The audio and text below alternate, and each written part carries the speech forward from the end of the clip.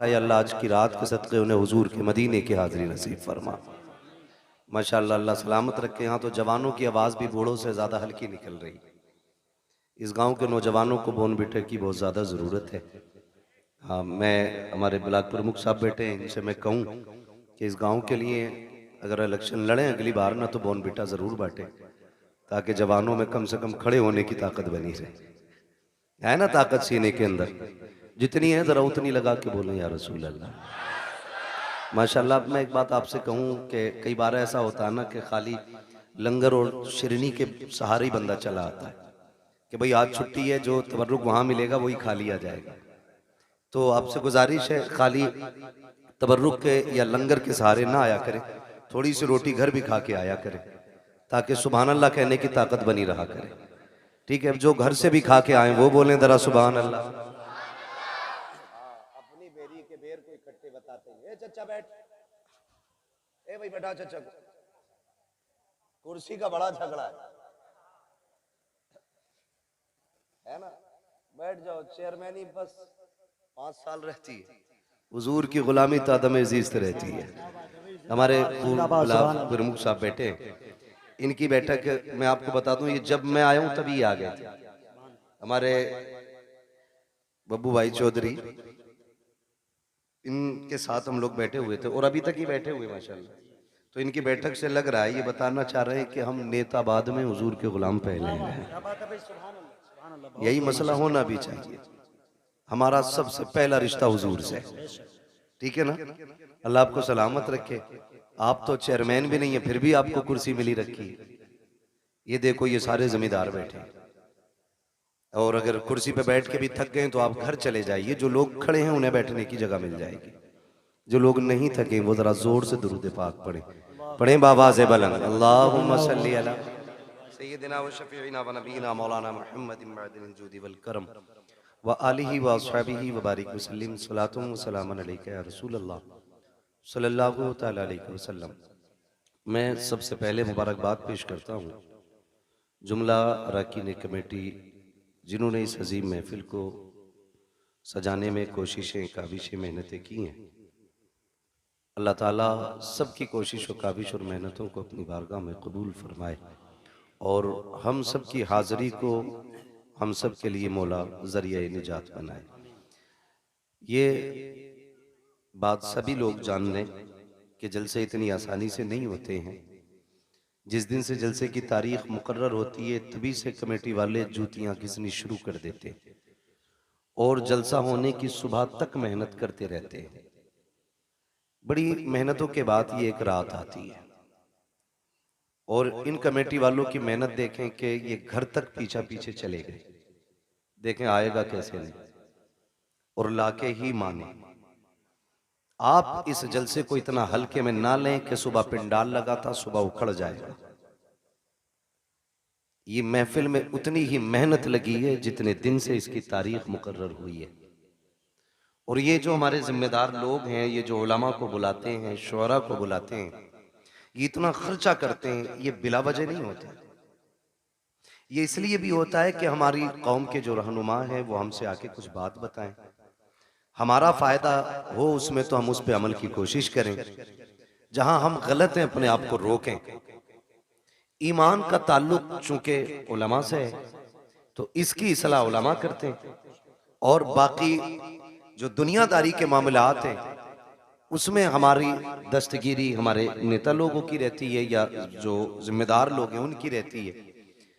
तो ये बटे हुए हिस्से हैं जिसकी जो जिम्मेदारी है उसको अपनी ईमानदारी से पूरी करनी चाहिए।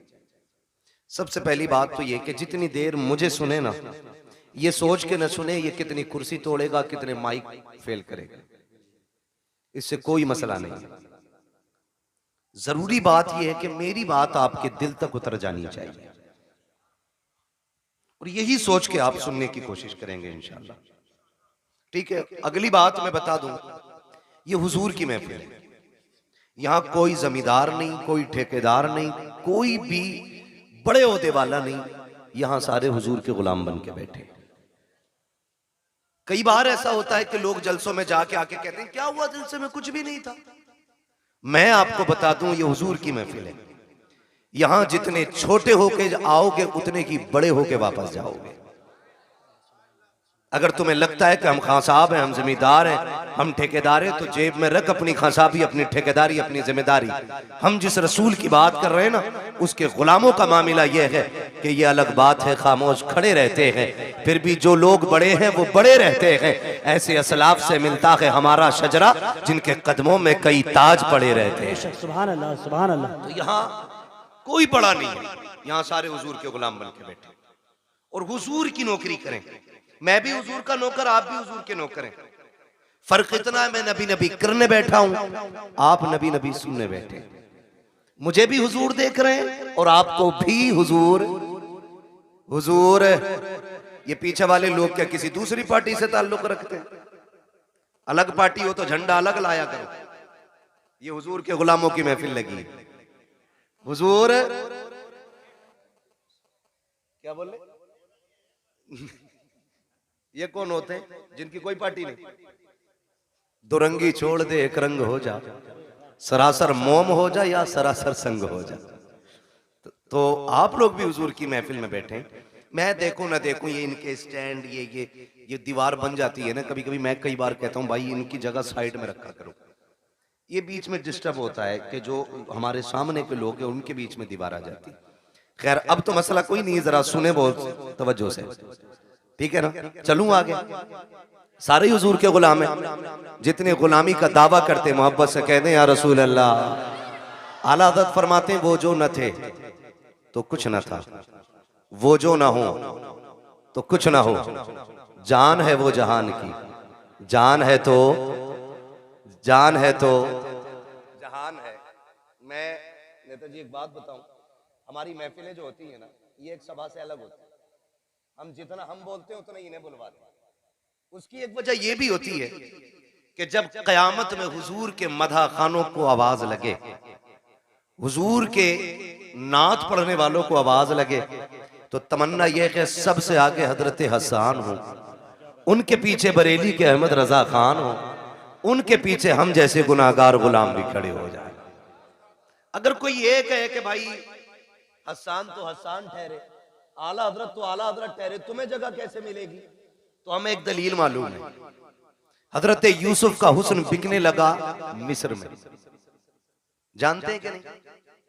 पता है ना? यूसुफ जुलेखा की कहानी किसी को पता हो ना हो, बुड्ढो बुड्ढो को पता है, क्योंकि लैला मजनू यही बताते हैं। यूसुफ जुलेखा इनसे बेहतर कोई नहीं जानता। हमने तो किताबों में जैसे पढ़ा वो पढ़ा ही है, लेकिन बड़े बूढ़े बड़ा रंग दे के उसको पेश करते। तो सुना ही होगा दास्तान यूसुफ है, सुना ही होगा ना? तो ये एक तारीख रही। हजरत यूसुफ मिस्र के बाजार में बिकने लगे, ऐलान हो गया। ये बाज मर्रिखीन ने यहां तक लिखा है, एक दिन हजरत यूसुफ ना आईना देख रहे, ख्याल आया मेरे जैसा हसीन कौन होगा, मेरे जैसा हसीन कौन होगा? रब ने मुझे तो बड़ा ही हसीन बनाया। तो फिर यहां तक लिखा गया कि जैसे ये ख्याल आया, फिर रब ने फैसला कर दिया, यूसुफ जिस हुस्न पे नाज है ना, इसे हम कोड़ियों के दाम भी बेचेंगे। फिर कुएं से निकाल के खोटे सिक्कों में हजरत यूसुफ को बेचा गया। फिर खातिर दिल पे ये ख्याल आया, मालिक मेरी इतनी सी कीमत थी, कोटे सिक्कों में बेच दिया गया। कहा यूसुफ दिल थोड़ा न कर, अब तेरी बोली मिस्र के बाजार में लगवा के दिखाए। फिर रब ने मिस्र के बाजार में यूसुफ की बोली लगवाई। फिर कीमत कितनी थी, कभी खोटे सिक्कों में बेचा और कभी मिस्र के बाजार में खड़ा हुआ यूसुफ। ऐलान हुआ कीमत क्या है? कहा जिसके पास जो हो सारी दौलत लेके आ जाए, जो सबसे ज्यादा दौलत लेके आएगा वही यूसुफ को लेके जाएगा। सारे अमीर अपनी सारी दौलत लेके आ गए। मिस्र के बाजार में यूसुफ का हुस्न तोला जा रहा है। भीड़ लगी है देखने वालों की, खरीदार कम, तमाशाई ज्यादा। जो भीड़ लगी थी वो चारों तरफ थी। अचानक पीछे से शोर हुआ, हटो बचो, हटो बचो। लोगों ने मुड़ के देखा क्या हो रहा है। देखा एक बूढ़ी औरत आ रही, और बूढ़ी औरत ने ना, वो देखे होंगे चरखे ना, चरखे देखे नहीं? ये बड़े बूढ़ों के तो दौर में रहे हैं, मैं बच्चों से जवानों से पूछूं, देखे ना चरखे, रुई काटने वाले? तो उस औरत ने ना वो रुई काटा हुआ धागा बगल में रखा था, ओ करी हटो बचो का किधर का सुना के आज यूसुफ की बोली लग रही, मैं भी खरीदने आई। किसी ने देखा क्या लेके आई, ये है ना मेरे पास धागा। कितना है का 5 सेर रुई पूरी तोल के उसको धागा बना के लेके आई। 5 सेर रुई का धागा है। किसी ने कहा फिर, कहा मैं लेके आई हूं यूसुफ खरीदूंगी। हंस के कहने लगा तू खरीदेगी? वो देख अजीज मिस्र की सारी दौलत पल्ले में चढ़ गई है, हीरे जवाहिरात से यूसुफ को तोला जा रहा है, फिर भी दौलत पूरी नहीं डाल रही है, तू धागे से तोलेगी? उसने कहा हटकर पगले जाने तो दे। का करेगी क्या? का उस लाइन में तो जाके खड़ी हो जाओ जिसमें यूसुफ के खरीदार खड़े हैं। का किस लिए? का जब यूसुफ के खरीदारों का कयामत में तस्करा होगा और नाम लिया जाएगा तो जहां अज़ीज़े मिस्र की गिनती लगेगी वहां उस धागे वाली का भी नाम आ जाएगा। जहां उनके खरीदारों में दौलत वाले आएंगे वहीं धागे वाले भी खड़ी हो जाएगी, ताकि ये तो पता चले जहां दौलत वाले यूसुफ से प्यार करते थे वहां ये गरीब बूढ़ी भी मेरे यूसुफ से प्यार करती है। भाई क्या बात है, नारे तकबीर, नारे रिसालत, नारे गौसियत, मसलके आला हजरत, नारे तकबीर, नारे रिसालत। तवज्जो है सारे लोगों की। तो इसलिए आपसे भी कहा जाता आप भी पढ़ लिया करें, और शुक्र है रब का हमारे सुनने वाले भी हुजूर की नात पढ़ते हैं। वो जो न थे तो, वो जो ना हो तो, वो जो ना हो तो, आप किस मिट्टी के बने हैं? मैं कुर्सी इधर कर लूं? अगर आप बोल सकते हैं तो बोलें। वो जो न थे तो, वो जो ना हो तो, जान है वो जहान की, जान है तो जहान है। मैं एक बात कहूंगा, मेरा नबी पूरी कायनात के लिए रहमत बन के आया, पूरी कायनात, सिर्फ मुसलमानों के लिए नहीं, पूरी कायनात के लिए। चरिंद परिंद दरिंदे सारे लोगों के लिए मेरा नबी पूरी कायनात के जर्रे जर्रे के लिए रहमत बन के आया। होना तो ये चाहिए था कि हर कौम हर बिरादरी की छत पे मेरे नबी की आमद पे झंडा लगना चाहिए था। आप कहें कैसे? हुजूर तो हमारे। सुने, आप दुनिया देख लें और उसूल देखें। मैं पूरे चैलेंज के साथ कहता हूं, आज किसी घर में अगर बेटी मुस्कुराती है ना तो वो एहसान मेरे नबी का है। आज अगर किसी घर के अंदर माँ बेटे को थप्पड़ मार के खड़ी हो जाए और बेटा सर झुका के खड़ा रहे, माँ से कुछ नहीं कह रहा है ना, तो ये कमाल माँ का नहीं, कमाल मेरे नबी का है। अगर आज बाप बेटे को बीच चौराहे पे जूते से मारे और बेटा गर्दन झुका के मुस्कुराता रहे ना, तो इसमें कमाल बाप का नहीं है, इसमें कमाल रसूल पाक का है। इसलिए कि मेरे नबी ने ना माँ बाप का एहतराम सिखाया है। अगर आज हम माँ को उसकी जूतियों को सर पे रखने में जिंदगी की महराज समझते हैं ना, तो वो दिन दूर नहीं, भूले नहीं हमें जिस दिन मेरे नबी ने कहा था अल जन्नतु तहता क़दामी उम्महातिकुम, तुम्हारी जन्नत तुम्हारी माओं के कदमों के नीचे रखी गई है। तब से लोगों ने, कायनात ने माँ का एहतराम करना शुरू किया। और जब बाप का मामला था तो यही दुनिया, यही तारीख और यही समाज, यही लोग, यही हड्डियां, यही खून, कोई बदला नहीं ये दौर, यही सारी दुनिया थी। और बेटा बाप को बाजार में बेच देता था। मेरा नबी आया और आने के बाद का लोगों, रब की रजा बाप की रजा में है। अगर रब राजी, बाप राजी है तो तेरा रब राजी है, और तेरा बाप नाराज है तो तुझसे तेरा पैदा करने वाला खुदा भी नाराज है। तो तब से बाप का एहतराम हुआ। रह गई बेटी की बात, तो बेटी को तो लोग पैर की जूती समझते थे, जिंदा दफन करने पे फख्र करते थे। मैं इसलिए कहता हूं बेटियों, कभी सर से दुपट्टा उतरने लगे ना तो मगरिबी तहजीब पे मत जाना, फैशन के नाम पे बिगड़ने की कोशिश मत करना। जब सर का दुपट्टा सरक के कंधे पे आए ना तो आमीना के लाल का एहसान याद करना, आमीना के लाल का एहसान। खुदा की कसम आज दिल झुकता है। लोग तालीम के नाम पे कहते हैं कि हमारी आज़ादी हमारा हक है, हम अपनी आज़ादी के साथ जी सकते हैं, दुपट्टा किसी की जिम्मेदारी से हम नहीं ओढ़ेंगे। मैं कहता हूँ खुदा की कसम, जो बेटियां ये समझती हैं ना कि दुपट्टा उतारने में इज्जत है, तारीख पढ़ के देख लो, औरत जितना छुप के रहती है उतनी इज्जतदार रहती है, जितना खुल के रहती है उतना ज्यादा जलील रहा करती है। चैलेंज है हमारा, जाओ दुनिया घूम के आ जाओ। और सच्ची बात बताऊं, ये जो खड़े रहते हैं ना जो इस्लाम के खिलाफ बकवास करते हैं। इस्लाम ने, मुसलमानों ने औरतों को कैद में डाल दिया और पर्दा दे करके उन्हें फांसी दे दी, उनका ऐसा कर दिया। मेरा चैलेंज है, ये भी जब निकाह करने चलते हैं ना, शादी करने, इन्हें भी शरीफ बच्ची चाहिए होती है, इन्हें भी शरीफ बच्ची चाहिए होती है। और शराफत की सबसे बड़ी पहचान यह है कि बच्ची की नजरों में हया होना चाहिए। यह सबसे बड़ी पहचान शराफत की है कि उसकी नजरों में हया होनी चाहिए। कितना बड़ा दाग लगाने की कोशिश की जाती है कि इस्लाम ने औरत को पर्दे में डाल के ना उसकी जिंदगी को लिमिटेड कर दिया, उसके अधिकार, उसके हुकूक छीन लिए। और ये कहते हैं कि औरत का बराबर हक है मर्द के साथ। क्या बराबरी का हक है? तो लोगों का कहना यह है कि जैसे मर्द मजदूरी करता वैसे औरत भी मजदूरी करे।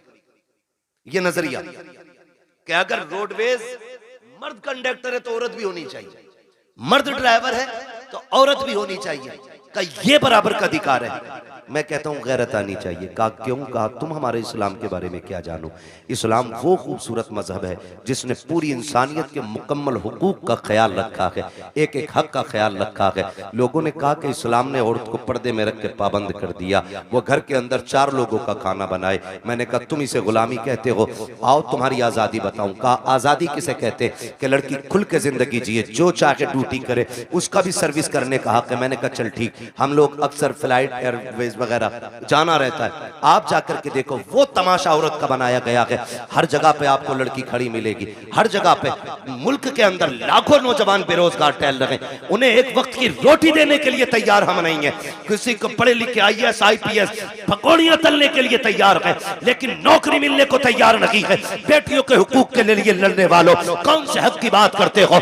आपने लेकर के एक छोटी सी दुकान से हवाई जहाज तक बच्चियों को ले जाके खड़ा कर दिया और बात करते हो हमने इज्जत दी है। मैं तारीख के हवाले में ये बात कहना चाहता हूँ, जिम्मेदारी के साथ कहता हूँ, जाओ जाकर के किसी भी फ्लाइट को देख लो, एक फ्लाइट के अंदर कम से कम 350 बंदे बैठा करते हैं और उसके अंदर उनकी देखभाल के लिए 3 से 4 बच्चियां होती हैं। 350 लोगों को सुबह से शाम तक पानी पिलाना, और उनकी ड्यूटी में ये लाजिम होता है तुमसे कोई किसी भी तरह बात करे, तुमको उनसे मुस्कुरा के बात करनी है। किसी के लहजे का भी, गलत लहजे का भी जवाब तुम्हें सख्ती से नहीं देना है, वरना तनख्वाह काट ली जाएगी। साहिब किस आजादी की बात करते हो? जिसने बेटियों से कपड़ों का हक छीन लिया तुम उसे आजादी कहते हो, जिसने उसकी इज्जत का हक छीन लिया तुम उसे आजादी कहते हो। 4 बच्चियां 350 लोगों की नौकरी कर रही है, तुम उसे आजादी कहते हो। ये आजादी नहीं है, ये गुलामी है। आजादी ये है कि 4 भाइयों की एक बहन हो, अपने भाइयों को इज्जत से खाना खिलाए,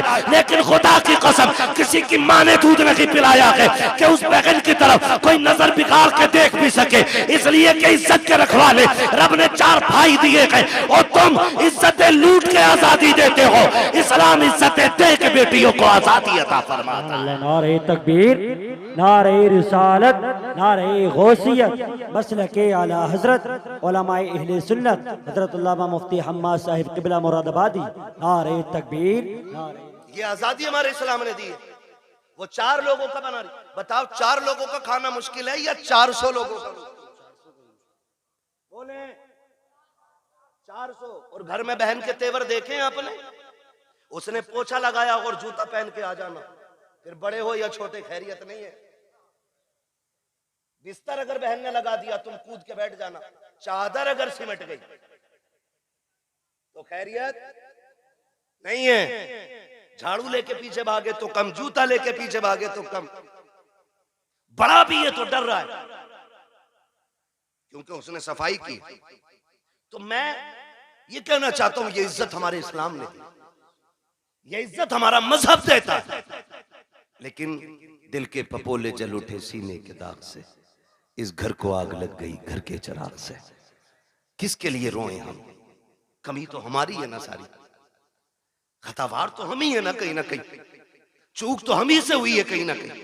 मैं कह रहा था मेरी बेटी सर से दुपट्टा उतरने लगे तो बाप की इज्जत को सोचना या मत सोचना वो तेरे लायक और नालायक होने पे डिपेंड करता है, लेकिन तुझ पे लाजिम है जब दुपट्टा उतरने लगे तो एक बार मदीने वाले मुस्तफा के बारे में जरूर सोचना। क्या बात है? उनके बारे में जरूर सोचना जिन्होंने बेटियों को दुपट्टे दिए, बेटियों को दुपट्टे दिए। आज हम अपनी कौम से सिर्फ इतना कहेंगे, हुजूर के दिए हुए किरदार को मजबूती से थाम। मेरे हुजूर आए, कायनात को इज्जत मिली, कायनात को इज्जत मिली, सरकार आए। और खुदा की कसम मैं ये नहीं कहूंगा, मैं तो हर कलमा पढ़ने वाले से कहता हूं कि सारे ही हुजूर के नाम का झंडा लगाओ, सारे हुजूर के नाम का। लेकिन करना क्या है, हमें तो हम ही खा गए ना, हमें तो हम ही खा गए। वरना दुनिया में ताकत नहीं थी कोई हमें मिटा लेता, औकात नहीं थी कोई हमें घुटनों पे ले आता, हमको हम ही खा गए। फिर कबंदी है कहीं और कहीं जाते हैं, क्या जमाने में पनपने की यही बातें हैं? ये डॉक्टर इकबाल ने बहुत पहले कहा था। एक कलमा पढ़ने वाला झंडा लगाता है तो दूसरा कलमा पढ़ने वाला क्या कहता है, ये शिरक है। इससे शिरक भी आज तक कहना नहीं है। छोटे भाई का पजामा बड़े भाई का कुर्ता, आके कह रहा शिरक। क्या शिरक है? कि झंडा नहीं लगना चाहिए। क्यों भाई? कि हुजूर के जमाने में झंडे नहीं लगे। वो गैरत कर भाई, पढ़ के किधर आए? हुजूर आए तो जिब्रील 3 झंडे लेके आए, 3 झंडे लेके आए। मैं झंडों पे भी बात करूंगा, लेकिन मैं समझाना चाहता हूं, यहां किसी भी बिरादरी का बंदा बैठा है, मैं कहता हूं बिरादरी रख के हुजूर का गुलाम बन के सुने।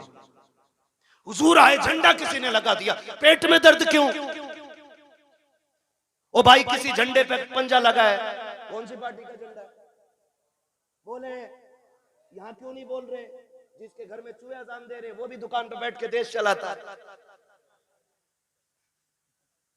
हाँ, बीवी ने नमक मंगाया था, पैसे नहीं थे, लेकिन आके दुकान पे टांग रख के बीड़ी लगा के कह रहा किसकी बन रही है? अगर किसी जान पहचान के ने कह दिया फला की बन रही है, कह रहा चुप कर, 70 उसकी आ रही है। जिनसे घर नहीं चलता वो देश चलाने की बातें बैठ जाते। बताइए जरा, इतनी तो पहचान होगी। पंजा लगा तो किसका झंडा? जोर से, ये बच्चे बोल रहे हैं, बड़े बड़ो गैरत करो, किसका झंडा? और साइकिल देखी तो, मैं प्रचार नहीं कर रहा हूं इलेक्शन का, मैं कुछ बताना चाहता हूं कुछ। किसका? हाँ, यही ना, बच्चों को तुमसे ज्यादा नॉलेज होनी चाहिए। साइकिल किसका निशान बना? अच्छा, हाथी लगा देख लिया तो बसपा, और अगर फूल बना देखा तो बीजेपी। अच्छा, किसी के मकान पे ये झंडा अगर लगा है, समझो है ना, ये झंडा अगर लगा है तो जिस पार्टी का झंडा होगा देखने वाला समझ जाएगा कि जिसका झंडा उसी का बंदा है ना। यही होता है क्या? नहीं? मिसाल के तो बस अब समझे, इस बात से मैं समझाना चाहता। झंडे से एतराज क्यों? हर पार्टी का अलग झंडा, हर कौम का अलग झंडा, हर मजहब का अलग झंडा है। अब जरा सोचिए, साइकिल देखी, समाजवादी का कहलाया, पंजा देखा, कांग्रेस का कहलाया, हाथी देखा, बसपा वाला कहलाया, कमल देखा, बीजेपी वाला कहलाया। अगर विलादत का झंडा देखेगा तो कोई मोहम्मदी नहीं कहलाएगा। बताओ तो सही, अगर साइकिल लगा के तुम समाजवादी वाले हो सकते हो, तो विलादत का झंडा लगा के तुम्हें मोहम्मदी होने में क्या परेशानी होती है? क्या बात है भाई, जिंदाबाद जिंदाबाद।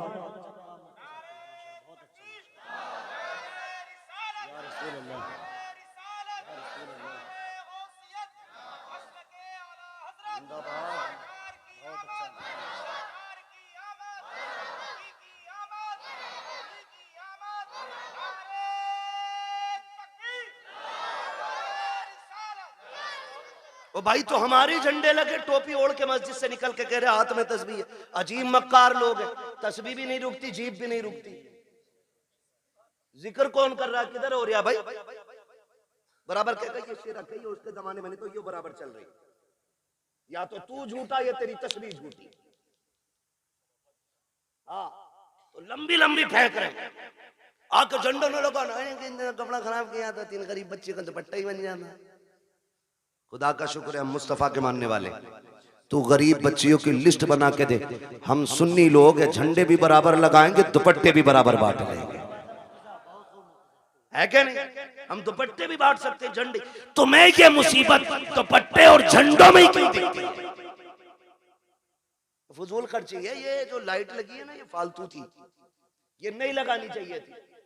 नहीं लगानी चाहिए थी। मैं एक बात कहना चाहता हूँ, हुजूर का मिलाद आए तो तुझे लाइट फालतू लगती है, तुझे रोशनी फालतू लगती है, तुझे लाइटिंग गलत लगती है, तुझे झालर झूमर से तेरे पेट में दर्द होता है, तब तुझे गरीब याद आते हैं। जब तेरे बेटे के निकाह का मौका आता है, एक दिन पहले जनरेटर लग जाता, 2 दिन बाद तक चलता है, पूरा घर सजा रहता है, तब तुझे गरीब के बच्चे क्यों याद नहीं आते हैं? जब सुन्नी के दरवाजे पे झंडा लगता है, तब तुझे गरीब बच्चियों के दुपट्टे याद आते हैं। जब तेरे बेटे के निकाह में 1.5 लाख की आतिशबाजी होती है, तब तुझे गरीब की बच्चियां याद क्यों नहीं आती हैं? पता ये चला तुझे हमदर्दी गरीब से नहीं है, तुझे नफरत फजूल खर्ची से नहीं है, तुझे नफरत हुजूर के झंडे से है, और तू ढोंग दिखाता है। खुदा की कसम, हम हुजूर की आमद पे इसलिए रोशनी करते हैं कि सारी कायनात मेरे मुस्तफा के सदक़े में बनाई गई। जिंदाबाद जिंदाबाद।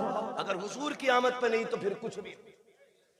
सीधी बात, तेरा बेटा इतना अच्छा हो गया, उसकी शादी पे पूरा घर सजा ले, मेरे हुजूर की आमद हो तो 2 बल्ब ना लगा सके कि नहीं ये किसी ने नहीं मनाया, सहाबा ने मनाया, अबू बकर ने बनाया, उमर ने मना, कहा नीचे है अभी ऊपर चल। ये पूछ क्या नबियों ने मेरे हुजूर का मिलाद किया है कि नहीं किया? मैं कुरान सर पे रख के कसम खा के कह सकता हूं, हजरत आदम से लेके हजरत ईसा तक हर नबी ने मेरे नबी की पैदाइश के तज़किरे की है। सभी ने ये बात की। मिलाद है क्या, समझने की कोशिश करें। हुजूर की आमद की बातों को मिलाद कहा जाता है, यही मिलाद है। कहते ये किसने किया? हजरत आदम से लेकर हजरत ईसा तक। और मैं कहता हूं खुदा की कसम, जैसा मिलाद मेरे रब ने किया वैसा किसी ने किया ही नहीं। और ऊपर चल के देखो ना, और ऊपर चलो, नीचे बैठा बैठा लंबी लंबी हाँ करें नहीं, यहाँ तो एक जगह खड़ा होना था ना। ये जुलूस मोहम्मदी था, जितने हमारे नबी थे उतने तुम्हारे भी तो थे। तुमने ये हंगामे क्यों किए कि ये नहीं होना चाहिए, वो नहीं होना चाहिए? फिर क्या गलत कहा मेरे इमाम ने? यही तो कहा, और तुम पर मेरे आका की इनायत न सही। क्या बात है, जिंदाबाद। नजदियों कलमा पढ़ाने का भी एहसान गया, कम से कम इसीलिए झंडा लगा ले कि ये कलमा मेरे नबी ने दिया है तुझे। बताओ तो सही हमें, 2 अक्टूबर को छुट्टी नहीं होती मुल्क में, क्यों होती है? बोले अल्लाह के बंदो, कभी गए हो नहीं स्कूल, पढ़े हो कभी? गांधी जयंती होती है नहीं, इसलिए गांधी जी की वजह से 2 दिन की छुट्टी रखते हो। 26 जनवरी, 15 अगस्त, ये हमारे मुल्क के बड़े दिन है, इन दिनों में छुट्टी होती है। अगर मुल्क के बड़े दिनों में छुट्टी होती है तो फिर क्या कायनात के बड़े दिन की छुट्टी नहीं मनाई जा सकती? जिंदाबाद जिंदाबाद। और खुल के मैं अगली बात करूं, सारे मैं समझ सकता हूं अक्सर पढ़े लिखे लोग हैं, अब तो तालीम से सबका ताल्लुक है, और ना हो तो बच्चे पढ़ाओ जरूर। मारेरा शरीफ का एक नारा लगता है, आधी रोटी खाएंगे बच्चों को, ये हमारी मारेरा शरीफ का नारा है, ठीक है? वो ऐसी खानका है जिस घर का बच्चा बच्चा IAS IPS BUMS MBBS सब आला मयार के गद्दी नशीन लोग हैं। वो खाली तस्वीर लेके नहीं बैठे, काबिल लोग हैं वो कहते हैं आधी रोटी खाएंगे, ये कहो 3 रोटी खाएंगे, बच्चों की कमाई खाएंगे। ये हालात है। लल्ला जा, भूरा गया कमाने, तू भी लग जा। भूरा तो गया, पप्पू भी लगा दिया। हाँ, और फिर जब यही बड़े होकर जराइम की दुनिया में कदम रखते हैं ना, कहते हैं मौलवियों ने बेड़ा गर्क कर दिया, फिर जिम्मेदार मौलवी हो जाता है। इमाम साहब समझाया नहीं था जुम्मे में, तू 18 साल बिगाड़ने में लगा है, इमाम 18 मिनट में संभाल देगा। मेरी समझ में ये जादू नहीं आती। आप अपने बच्चों को बचपन से वक्त दे, उनके 1-1 मिनट का हिसाब लें। हम बड़ी आजादी से जी रहे। मैं चैलेंज के साथ कहता हूं, सबसे ज्यादा रात को जागने वाली हमारी कौम है, और सुबह को सबसे देर तक सोने वाली हमारी कौम। पूरा हिंदुस्तान का सर्वे कर लो, जबकि सबसे पहले हमारी कौम को उठना था। हम लोग रातों रात के मुसाफिर हैं। जब हम रात में जाते हैं ना, अगर 11 बजे भी चौक में लोग बैठे, हम समझ जाते हैं मुसलमानों का गांव है।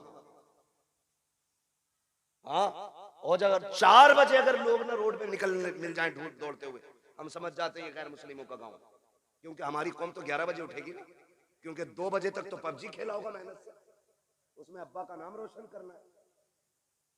11 बजे उठेगा, 11 बजे आंखें में चल के जाके दुकान का शटर खोले, एक गिराहक नहीं आता शाम तक, कह रहा डोरी दे दो, गिराहक नहीं आया। बरकत तो मनहूस तू खा गया। मेरे नबी ने कहा था, या अल्लाह मेरी उम्मत के सुबह के वक्त में बरकत अता फरमा।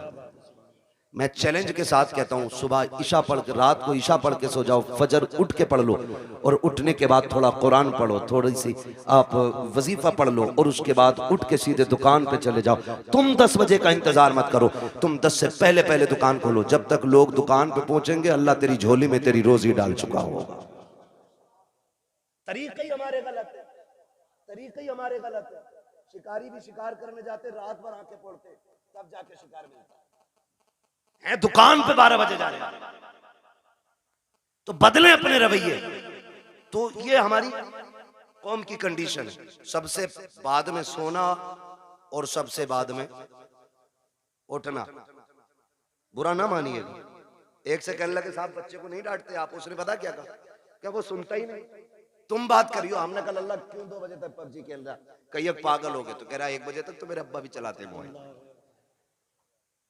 अब बताओ सुधरेगी ऐसे कौन?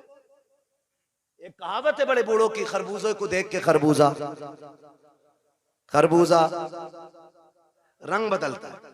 तो ऐसे हालात बनाओ आप कि आपके बच्चे एक दूसरे को देख के पढ़ें, आगे बढ़े। एक कह रहा पबजी में तू कहां पहुंच गया, तो बता रहा मैं वहां पहुंच गया, तो अपना आप और उससे आगे जा रहे। गलत नहीं कह रहा हूं। 9-9 साल के इतना बड़ा मोबाइल लिए नाली पे मिलेंगे बैठे हुए, नाली पे। भाई इसको उधर घुमा दो थोड़ा सा, इसकी हवा नुकसान दे रही। नाली पे बैठे मिलेंगे मेरी कौम के नौजवान, नालियों पे बैठे नहीं क्यों मरे। पढ़िए, आगे बढ़िए। उसके बाद कहते अरे नेताओं ने बेड़ा गर्क कर दिया, इनसे बारिश नहीं करी, मेरी तो नौकरी लग रही थी, मैं तो डॉक्टर बन जाता, मास्टर बन जाता। जो कौम घूस दे के पास होती है ना, वो कभी कामयाब नहीं हुआ करती है। मेहनत करो, खुद एड़ियां रगड़ो, और जो एड़ियां तुम्हारी रगड़ी जाएंगी, जो उससे पानी निकलेगा, खुदा की कसम वो चश्मा तुम्हारी आखिरी सांस तक चलता रहेगा। गलती तुमने ये की है, दूसरे के कंधों पे चले हो। काश अपनी जिम्मेदारी लेके आगे बढ़ते, खुद मेहनत करते। अगर तुम्हारे अंदर काबिलियत होती, किसी की मां ने दूध नहीं पिलाया था, तुमसे हक छीन लेता, जो हकदार होता है उसे हक हर हाल में मिल के रहा करता। सुभान अल्लाह। नारे तकबीर, नारे रिसालत, मसलके आला हजरत, नारे तकबीर। पढ़ोगे इंशाअल्लाह? कितनी जोर से इंशाअल्लाह कह रहे हो, अल्लाह तुम्हारी इंशाअल्लाह में बरकत दे दे। हाँ तो भैया देखो, सीधी सी बात है, मैं आपको बता दूं, सुनना बहुत गौर से मेरी बात। एक है कानून कुदरत और एक है कानून फितरत। दोनों चीजें याद रखना।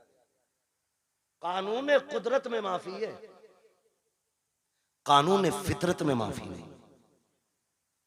कानून कुदरत यह है कि तुमसे गुनाह हो गया है, एक दिन मुसल्ला बिछा के रो दो रब के आगे।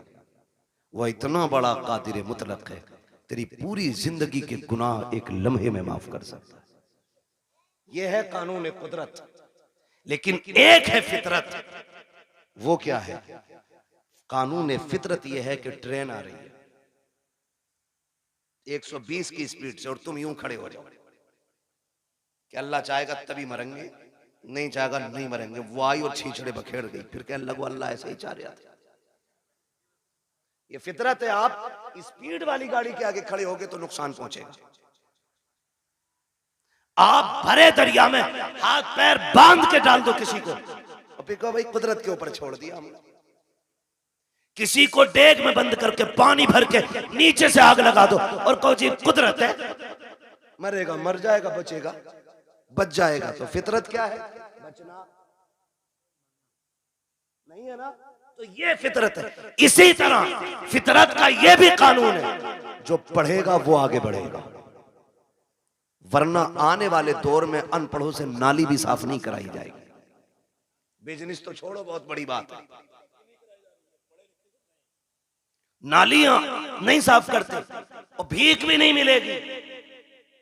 हालात इतने बदल गए। बब्बू भाई एक आया गाड़ी के पास, कहने लगा देखो, मैंने कहा टूटे नहीं है, QR कोड निकाला, कह रहा इस पे कर दो। ये भिखारियों ने तरक्की की है, और हमने अब्बा पे 18 थी, अल्लाह ने किस्मत से 3 बेटे दे दिए, 6-6 बीघे रह गई। और फिर अल्लाह ने उनको अगर 2 दे दिए, फिर 3-3 रह गई। और अगर उनके 2 हो गए, आगे रोड पे ये कंडीशन है। पढ़ो, आगे बढ़ो। भीख में तुम्हें कुछ नहीं मिलने वाला, हक के लिए लड़ना पड़ता है, लड़ना पड़ता है। और तुम्हारी क़ियादत नेता नगरी, अल्लाह तुम्हें सलामत रखे, लाल रुमाल डाल के ना ऐसा बना फिर रहा मंत्री, चले जाइए थाने को, थाने वालों ने सबसे ज्यादा उसे ही कूटा। उसे पता है ना ये खाली 4 लोगों का ही नेता। ये भी जानते हैं जिसके पीछे 4000 आदमी होंगे उसको इज्जत मिलेगी, जिसके पीछे 4 आदमी होंगे उसे इज्जत नहीं मिलनी। तो 4 का ना बन, 4000 का बन, क़यादत कर, मजबूत कर, चोली और आंख में चोली खत्म कर, शान का कायद बन। कायद देखना है तो देख मेरे नबी के उमर को, जब कुर्सी पे बैठा तो शेर बकरी भी एक जगह खड़ी थी। पावर ये आपकी अपने अखलाक की बुनियाद पर पैदा होगा। आप जो है ना थोड़ा सा बदलें अपने आप को। हर 4 आदमियों में तो एक नेता है, हर 4 आदमियों में। कहां है भाई? कह रहे वो नेताजी बताएंगे। कौन है नेताजी? अरे इनके बड़े भैया। और उनके चचा के घर गए, कहां है तुम्हारे बेटे? अरे वो नेताजी के साथ गए, पता चला उनका भी बड़ा वाला नेताजी है। उनके ताऊ के घर गए, कहा के उनके भी एक बड़ा नेताजी है। ये क्या कर रहे हो भाई? तो बदले अपनी रविश और सोच। डॉक्टर इकबाल ने कहा था कि मोहम्मद से वफा तूने तो हम तेरे, ये जहां चीज है क्या लो कलम तेरे। आप पढ़ेंगे ना तो आपको मालूम होगा ना आपकी पावर क्या है, आपकी ताकत क्या है। हम कभी जीतने के लिए अक्सर लड़ते नहीं इलेक्शन, हम हराने के लिए ज्यादा लड़ते। ये कह रहा, हम तो खैर जानते नहीं इस मामले में ज्यादा, और अपना जो है ना कुछ ज्यादा वो रहता भी नहीं, ज्यादा बाहर ही रहते। हमें पता ही नहीं कब इलेक्शन कौन सा हो जाता। लेकिन ये कह रहे, बब्बू के अब्बा कह रहे इसे जरूर हरवाना आपके। ये हमारी कौम के हालात है, समझ रहे हैं ना? इसे जरूर हरवाना। ये मैंने मिसाल के तौर पे नाम लिया, सच्ची ना लेना। मैं सिर्फ बताना चाहता हूं कि लोगों की ये सोच है, तुम आप हराने के लिए क्यों, जीत के लिए आगे क्यों नहीं बढ़ते? जीत के लिए आगे बढ़ो, अपना हक हासिल करो। आपका एक नुमाइंदा अगर बीच चौराहे पे खड़ा हो जाए, कहते जो ये कहे वो हम कहेंगे, खुदा की कसम औकात नहीं है किसी की। अगर एसएसपी भी आके तेरे गांव के जेब कतरे को ले जाए, खुदा की कसम ये जो घरों में आग लगती है या तो तेरी लगाई है या मेरी लगाई है। आज भी वक्त है, इत्तेफाक पैदा कर लो, एक जगह खड़े हो जाओ। किसी की माँ ने दूध नहीं पिलाया है, कोई तुम्हारा बाल बेका भी करके दिखा। क्या बात है भाई, जिंदाबाद जिंदाबाद। यही सोच मेरे नबी ने तुम्हें दी। बट गए कितने सारे, इतने बढ़ गए। एक ही घर के अंदर ना 2 पार्टी हैं। अब्बा किसी को वोट दे रहा, बेटा किसी को दे रहा, बीवी तीसरी पार्टी में। हाँ, खुदा की मिला ना विसाले सनम ना इधर के रहे ना। तो ऐसा मसला भाई, मैं प्रचार नहीं, मैं सिर्फ आपकी सफों में प्यार पैदा करना चाहता हूं। इसकी वजह से नफरतें पैदा नहीं होनी चाहिए। हाँ, इलेक्शन कोई हारे कोई जीते, छुट्टी इमाम साहब की ना, कुछ नहीं। मस्जिद मस्जिद है, ये अल्लाह का घर है। आके कह रहे निकालो, क्योंकि पिछले जुमे में मुझे सुनवाई आई थी, इन्होंने कही थी कलुआ कोई दियो सारे वोट। इमाम को पता ही नहीं कलुआ कौन था, वो छुट्टी हुई ना। हमारा दीन है, हम अपने दीन को खालिस रखें। मस्जिद में आए, इमाम से कहें वो तरीका बता जिस तरीके से मेरा नबी खाना खाता है, वो तरीका बताओ जिस तरीके से मेरा नबी पानी पीता है। हम इसीलिए तो हुजूर का मिलाद मनाते हैं, क्योंकि हुजूर आए तो खुदा की रहमतें बरसने लग गई, हुजूर आए तो कायनात मुस्कुराने लग गई। और हुजूर का मिलाद तो सबसे पहले मेरे रब ने ऐलान किया। हुजूर की विलादत की खुशखबरियाँ कायनात में मेरे रब ने फैलाई हैं। आप तारीख का ये बाब पलट करके देखिए, हर बंदा ये सोचता, मैं आपको समझाना चाहता हूँ, खुदारा सुने बहुत गौर से। आज ना बड़ी आसानी से जब देखा ना कि दामाद मालदार है तो नसब नहीं देखा, जात नहीं देखी, मजहब नहीं देखा, जाके ना हम डायरेक्ट बेटी डाला है। भाई मजहब तो देख लेता, देखता ये अकीदा है कि बद अकीदा है कि खुश अकीदा है। हम कुछ नया मौलाना पैसे वाला था इसलिए लड़की दे दी, लड़की सुकून से रहेगी। नहीं मेरे भाई, तूने बेटी जहन्नम में झोंक दी है, क्योंकि ये 60 साल फाके से भी कट सकते हैं, लेकिन मरने वाली बात की जो जिंदगी है वो बड़ी मुश्किल हो जाएगी। वो 60 साल की नहीं, वो दायमी जिंदगी है। इसलिए खुदा के वास्ते पैसा देख के बेटी ना दिया करो, दीन देख के बेटी दिया करो, इसलिए कि पैसे के बगैर गुजारे हैं, लेकिन दीन के बगैर गुजारा नहीं हो सकता है। आज मेरी कौम कितनी आसानी से बर्बादी के दहाने पर है, हम आपस में बर्बाद होते जा रहे हैं। हुजूर से सच्चा प्यार क्यों नहीं करते हो?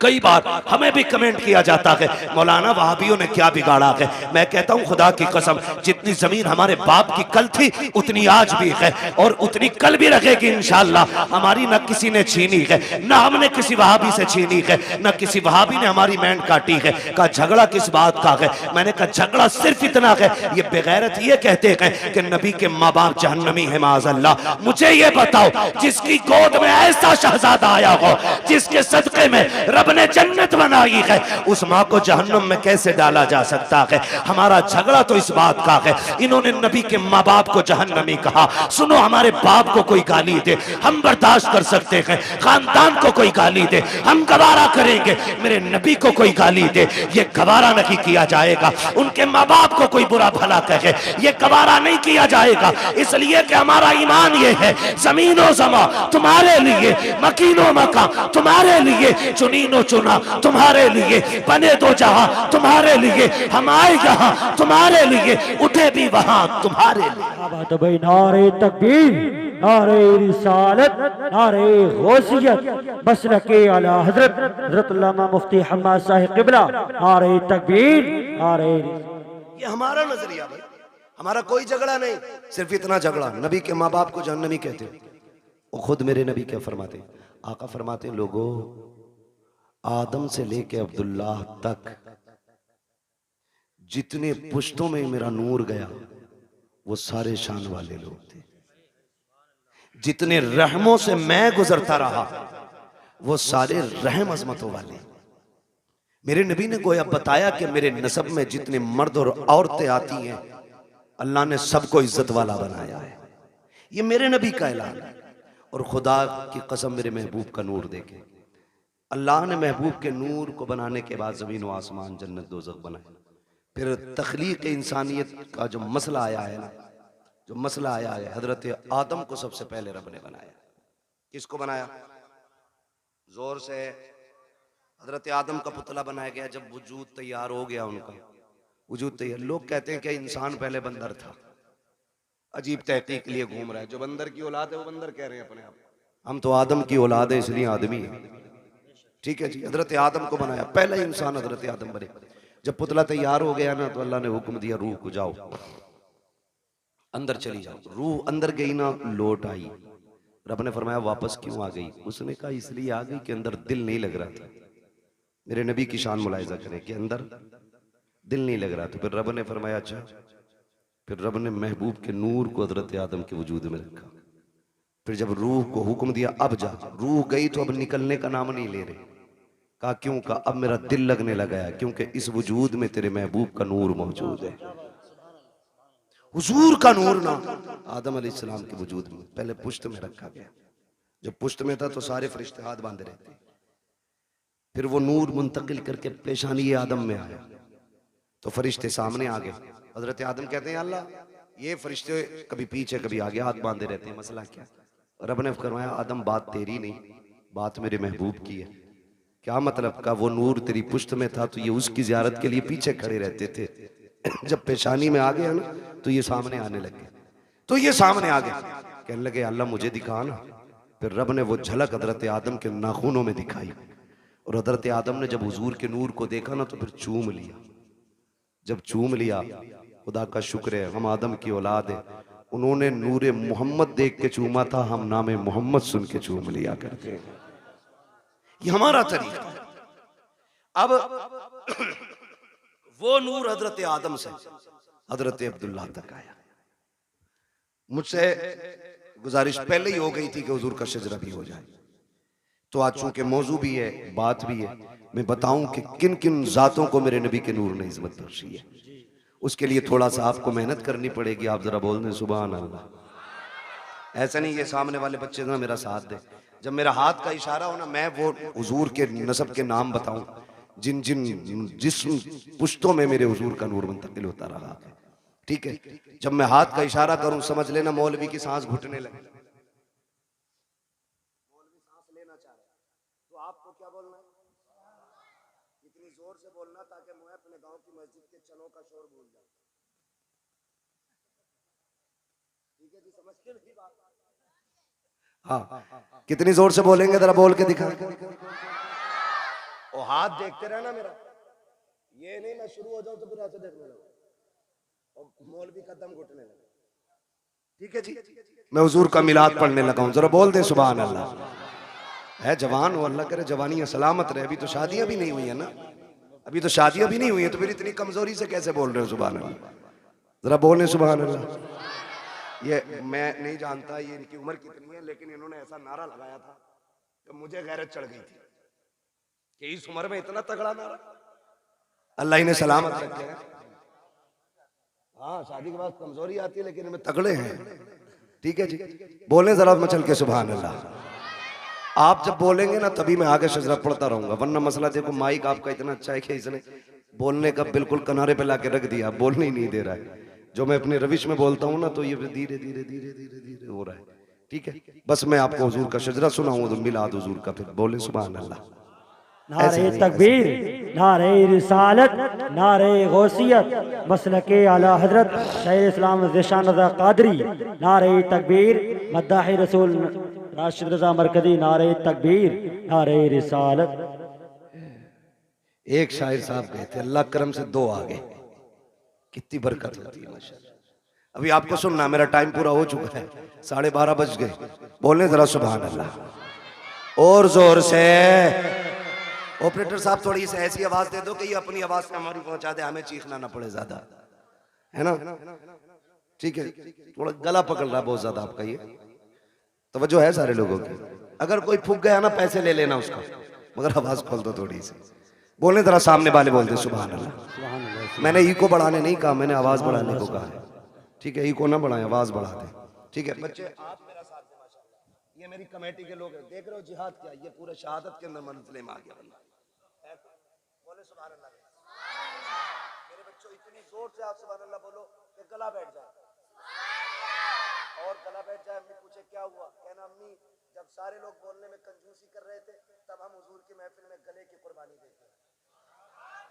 ठीक है ना, इतनी जोर से बोलना, जरा बोले सारे मचल के सुभान अल्लाह। आदम के बेटे शीश, क्या बात है सुभान अल्लाह। माशाअल्लाह ये बच्चे जो है ना, अल्लाह जब ये जवानी आ गई ना इनकी तो ये बनेंगे मजबूत वाले लीडर, है ना? इसे तो दीमक लग गई इस नस्ल को हमारी, पता नहीं पबजी खा गया कि कौन सा गेम खा गया, रील खा गई, रील खा गई मेरी कौम को, रील। राशिद भाई की नजर बड़ी पक्की रहती है, ये बरेली से दिल्ली तक का देखते रहते हैं। ठीक है ना, जरा बोल दे सुभान अल्लाह। जिन्हें रील की बीमारी ना लगी है वो जरा बोल लेंगे सुभान अल्लाह इंशाअल्लाह। मैंने पहले बता दिया, हाथ देखो तो सुभान अल्लाह कह दियो, वरना मौलवी का दम घुट सकता। सीधी बात है ना, खाली अल्लाह राजी होगा नेकी मिलेंगी, आपको मिलेंगी तो इंशाअल्लाह फिर हमें भी मिलेंगी। ठीक है ना, तो फिर साथ देना। बोल मेरे बच्चे जरा सुभान अल्लाह। आदम के बेटे शीश, शीश के बेटे यानस, यानस के बेटे कैनान, कैनान के बेटे मेलाइल, मेलाइल के बेटे व्यारत, व्यारत के बेटे इदरीस, इदरीस के बेटे मुतवशिक, मुतवशिक के बेटे लमकने के नाम, लमकने के नाम के बेटे नूह, नूह के बेटे साम, साम के बेटे जुलाद, जुलाद के बेटे शालिक, शालिक के बेटे आबिर, आबिर के बेटे दाता, दाता के बेटे रावा, रावा के बेटे शारू, शारू के बेटे नाखुर, नाखुर के बेटे तारिक, तारिक के बेटे इब्राहिम खलीलुल्लाह, इब्राहिम खलीलुल्लाह के बेटे।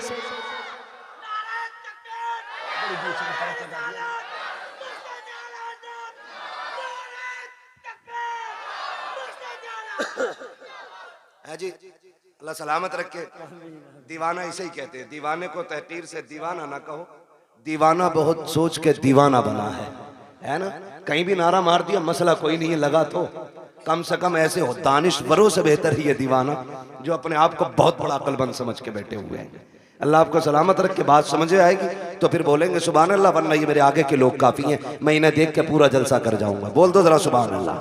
आदम के बेटे शीश, शीश के बेटे यानस, यानस के बेटे कैनान, कैनान के बेटे मेलाइल, मेलाइल के बेटे व्यारत, व्यारत के बेटे इदरीस, इदरीस के बेटे मुतवशिक, मुतवशिक के बेटे लमक नेक नाम, लमक नेक नाम के बेटे नूह, नूह के बेटे शाम, शाम के बेटे जुलाद, जुलाद के बेटे शालिक, शालिक के बेटे आबिर, आबिर के बेटे दाता, दाता के बेटे रावा, रावा के बेटे सारू, सारू के बेटे नाखुर, नाखुर के बेटे तारिक, तारिक के बेटे इब्राहिम खलीलुल्लाह, इब्राहिम खलीलुल्लाह के बेटे इस्माइल ज़बीहुल्लाह, इस्माइल ज़बीहुल्लाह के बेटे केदार, केदार के बेटे अवाम, अवाम के बेटे अमल, अमल के बेटे साबित, साबित के बेटे सलमान, सलमान के बेटे रहीसा, रहीसा के बेटे इलियासा, इलियासा के बेटे औद, औद के बेटे हव्वा, हव्वा के बेटे अदनान, अदनान के बेटे मोइद, मोइद के बेटे नदार, नदार के बेटे मुदर, मुदर के बेटे इलियास, इलियास के बेटे मुदरिका, मुदरिका के बेटे खदीमा, खदीमा के बेटे किनाना, किनाना वाह भाई वाह, सुभान अल्लाह। खदीमा, खदीमा के बेटे किनाना, किनाना के बेटे नदर, नदर के बेटे मालिक, मालिक के बेटे फार, फार के बेटे गालिब, गालिब के बेटे लुई, लुई के बेटे काब, काब के बेटे मुर्रा, मुर्रा के बेटे किलाब, किलाब के बेटे कुसै, कुसै के बेटे अब्दे मनाफ, अब्दे मनाफ के बेटे हाशिम है, हाशिम के बेटे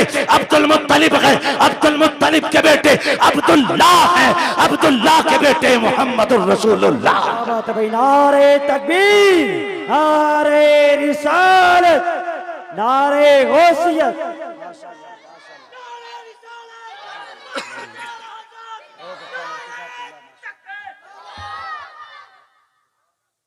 तवज्जो है सारे लोगों की? अब तो बोल दे जरा सुभान अल्लाह और जोर से। अब जरा तवज्जो कीजिए प्यारे, ये नूर हजरत आदम से हजरत अब्दुल्लाह की पुश्त में आया। हजरत अब्दुल्लाह का निकाह सैयदा आमिना से हुआ। अभी 3 माह का अरसा गुजरा है। हजरत अब्दुल्लाह परदेश जाने लगे हैं। बीवी से कहते मेरी शरीक हयात परदेश जा रहा हूँ। कहती मेरे सरताज अभी 3 महीने गुजरे हैं, अभी जी भर के मैंने देखा भी नहीं है। इतनी जल्दी जुदाई की बात है? कब कुछ दिन की बात है, वापस आएंगे, साथ रहेंगे, प्यार मोहब्बत की जिंदगी गुजारेंगे, तेरे हाथ की बनी रोटी खाएंगे। लेकिन मसीयत को कुछ और ही मंजूर था। हजरत अब्दुल्लाह गए तो, लेकिन जिंदा वापस ना आ सके, रास्ते में इंतकाल हो जाता है। जरा दिल थाम के मेरी बात सुनिएगा प्यारे, हजरत अब्दुल्लाह का इंतकाल हुआ, वापस नहीं आए हैं। लेकिन जब तारीख आई हजरत अब्दुल्लाह की वापसी की, तो जिस तरह आज बाप परदेश से आता है, बेटियां घर में तैयारियां करती हैं, शोहर परदेश से आता है, बीवियां घर में तैयारियां करती हैं। हजरत आमिना तैयारियां कर रही हैं, घर की सफाई चल रही है, बिस्तर लगाया जा रहा है। हजरत अब्दुल मुत्तलिब कहते हैं आमिना बेटी बता तो सही, ये इतनी खुशियां किसके लिए हैं? कब्बा आज मेरे अब्दुल्लाह आने वाले हैं, ये सारा इंतजाम उनके लिए है। कहती बेटे खाना तो खा लिया होता। कब्बा जी अब्दुल्लाह कह के गए थे साथ खाना खाएंगे। बेटी वो कब आएंगे? कहा जब आएंगे तभी खाया जाएगा। शाम हो गई, अब्दुल्लाह नहीं आए हैं। कहती अब्बा जी पता तो कीजिए, मेरे अब्दुल्लाह को आ जाना चाहिए था, लेकिन अब तक नहीं आए हैं। अब्दुल मुत्तलिब खाने काबा में गए, किसी ने आके कहा अब्दुल मुत्तलिब कहा जी आपके अब्दुल्लाह वापस नहीं आएंगे। आपने इतना सुना, बिजलियां गिर गई, ऐसा लग रहा था जैसे हजरतों की खुशियों का जल करके पूरा नशेमन खाक हो गया हो। आपने खुद को संभाला, घर तशरीफ लेकर के आए हैं। अभी दरवाजे पे पहुंचे गए, दस्तक नहीं दी है, बेटी दौड़ के बाहर आ जाती है। अब्बा जी क्या हुआ? मेरे अब्दुल्लाह का पता चला कि नहीं चला है? कहते हैं बेटी सब्र करना, अब्दुल्लाह वापस नहीं आएंगे। इतना सुनना था, मेरे नबी की अम्मी बेहोश हो जाती है। होश आया, खुद को संभाला, ये मेरे परवरदिगार, मेरे बच्चे ने बाप का चेहरा नहीं देखा, इसके बाप ने बच्चे को नहीं देखा, आने से पहले मेरा बच्चा यतीम हो गया है। आवाज़े कुदरत आती है, आमीना रोने की जरूरत नहीं है, आंसू ना बहा। हमने महबूब को बेसहारा नहीं बनाया है, हमने इसको कायनात का सहारा बनाने का फैसला किया। नारे तकबीर, नारे रिसालत, नारे गौसियत, मसलके आला हजरत, नारे तकबीर, नारे। अब तवज्जो करना मेरे प्यारे, बहुत गौर से सुनिएगा, जाके बहन बेटी तक मेरी बात पहुंचा देना। सैयदा आमिना कहती हैं अब्बा जी मेरे सरताज का अब नहीं आने वाले हैं। फिर क्या था, जिंदगी की खुशियां रूठ गई, दिन को भी रोना, रात को भी रोना है। जाओ जाके बहन बेटियों को जाके समझा देना, पर खबरदार ससुराल जाना हो, कभी शोहर के खिलाफ आवाज ना उठाना, कभी उसके लिए हाथ उठा के बद्दुआ नहीं करना। तू नहीं जानती है तेरा शोहर कितना कीमती है। खुदा की कसम, अगर शोहर पागल भी होता है तो बीवी के लिए एक चट्टान होता है, दीवाना भी होता है तो एक सायादार दरख्त होता है। लेकिन क्या करूं मेरी कौम की बेटियों, जरा सी बात बिगड़ जाती है, शोहर सूट पसंद कर न ला सके, किचन में खड़े होके गालियां दे के कहती हो तू पलट के ना आए, तू जनाजे में लेट के आए, तू गाड़ी के नीचे दब के मर जा। ना मेरी बहन, कभी किसी शोहर के खिलाफ इस तरह की बकवास ना करना। तू नहीं जानती है, ये जिस दिन सफेद कफन में लिपट जाएगा उस दिन कोई इज्जत देने वाला नहीं मिलेगा। देगा। आज जिसके लिए मौत मांग रही है, अगर ये मर गया कोई तुझे चैन की रोटी तक नहीं देगा। जिसके लिए तू कहती है कि तू पलट के ना आए, तुझे क्या पता है आज तेरे दुपट्टे के जो रंग है इसी शोहर की वजह से है, सोने के जो कंगन है इसी शोहर की वजह से है, घर में जो तेरी हुकूमत चल रही है शोहर की वजह से चल रही है। अगर तुझे 10 बेटों पे गुमान है तो होश के नाखून ले। हमने उन माओं को देखा है जिनके घर में 12 बेटे हैं और जब तक बाप था माँ की मर्जी के बगैर एक पत्ता नहीं हिलता था, लेकिन जिस दिन से बाप गया है आज कोई माँ से रोटी को नहीं पूछता है तूने खाई के नहीं खाई है। अगर तुझसे शौहर की अनबन है तब भी इसके लिए मौत ना मांगना, अल्लाह तौफीक दे और ये परदेश जाने लगे तू मुसल्ला बिछा दे, सजदे में सर रख, दुपट्टे की झोली बना और कह मेरे परवरदिगार मेरा सरताज बाहर गया है, मैंने बेसहारा नहीं भेजा है, तेरी रहमत का सहारा दे दिया है। ए मेरे परवरदिगार मेरे शौहर को सलामत रखना, सुहागन छोड़ के गया है सुहाग के जोड़े में मिलाना, रो के रब से कह खुदा की कसम तू रब को आवाज दे। मेरा दिल कहता है अगर रब ने सुन ली तो मौत भी उस वक्त तक जुदा नहीं करेगी जब तक परदेश से तेरे शौहर की तेरी मुलाकात नहीं हो जाए। सुभान अल्लाह सुभान अल्लाह सुभान। लेकिन सुनो जमींदारों, सुनो ठेकेदारों, सुनो अमीरों, सुनो बिगड़े हुए लोगों, उन लोगों से बात कर रहा हूं जो रुखसती के बाद बेटी की कान में कहते हैं डरिए मत, फोन कर दिए लल्ला फौरन आएगा। लिमिट में रहो, लिमिट में। किसी के बाप से बेटियां नहीं पली है, तू क्या पाल लेगा। औकात में रहा करो। मियां बीवी की अनबन हो सकती है, तुम कौन होते हो बीच में। हाँ अगर ज्यादती कर रहा है और उसके शाहिद और गवाह हैं तो फिर बेटी को उस घर में रखना भी जुल्म है। लेकिन जरा सी बात पे उसका फोन आया और तुम पहुंच गए। पहले तलाकें कम होती थी, बुरा ना मानिएगा, तलाकें कम होती थी और तलाक की नौयत भी होती थी। जिसकी बेटी को तलाक होती थी या तो वो बाप जहर खा के मर जाता था या 8-8 दिन घर से नहीं निकलता। इतने गैरत वाले लोग थे। आज गैरत मर गई मेरी कौम की। आज बेटी को बगल में खड़ा करके बाप चीख के कह रहा डिवोर्स दे, रखनी नहीं तेरे घर में। तूने तू कैसे बोला। वो गैरत कर, शर्म कर। बड़े बड़े बादशाहों से बेटी नहीं रखी गई, तू कौन होता रखने वाला। आज बाप तलाक के लिए खड़ा है, शर्म नहीं आती है मियां बीवी के मसले में टांग अड़ाने में। बता तेरी बेटी ज्यादा अजमत वाली है या मेरे नबी की बेटी ज्यादा अजमत वाली है। कह रहा तुझे पता ना ये मेरी बेटी है, तू लपटंट है, मेरी बेटी है ये। ओ सुन होगी तेरी तेरी, अभी उसकी बीवी है, इसलिए आप लिमिट में रहिए। तो कह रहा डरिए मत, फोन कर दिए, चाबी गाड़ी में लगी रहती है, लल्ला किक मारेगा फट से पहुंच जाएगा। क्या करेगा पहुंच के, ज्यादा जाके थप्पड़ मार देगा, गला तो काट नहीं देगा, थप्पड़ मार देगा। शोहर के पास इतनी पावर है, उसने जहां कहा ना 3 तलाक, बेड़ा ही गरक हो जाएगा तेरा। फिर कुछ भी कर लेना, ये लौट के आने वाले जुमले नहीं। इसलिए ये ना कह खड़े, वो कह जो मेरे नबी ने कहा। फरमाया फातिमा अब तक मेरी रजा की फिक्र थी, अब मेरे अली की रजा की फिक्र करनी है। ये मेरे नबी ने बेटी को कह के भेजा। कुछ भी हो जाए मेरा अली रूठना नहीं चाहिए। और तू कह रहा डरना मत, औकात कुछ भी नहीं, 2 मिनट में अंदर करा देंगे। क्या कर लेगा अंदर करा के, बेटी का सुहाग वापस नहीं दिला सकता। और फिर कुट पिटा के बेटी वापस आ भी गई ना तो फिर उसे इज्जत नहीं मिलेगी। इज्जतों के रखवाले बने, रिश्ते बड़े अहम हैं। बेटियों को समझाओ। मौलाना है थे तकरीर करके गए और अपनी बीवी को डांट रहा जाके, बीवी को सुधार रहा। हमारा मुआशरा बेहतर इसलिए नहीं हो रहा कि हम ये चाहते मेरी बीवी सुधर जाए। ये कोई नहीं चाहता बेटी सुधर जाए।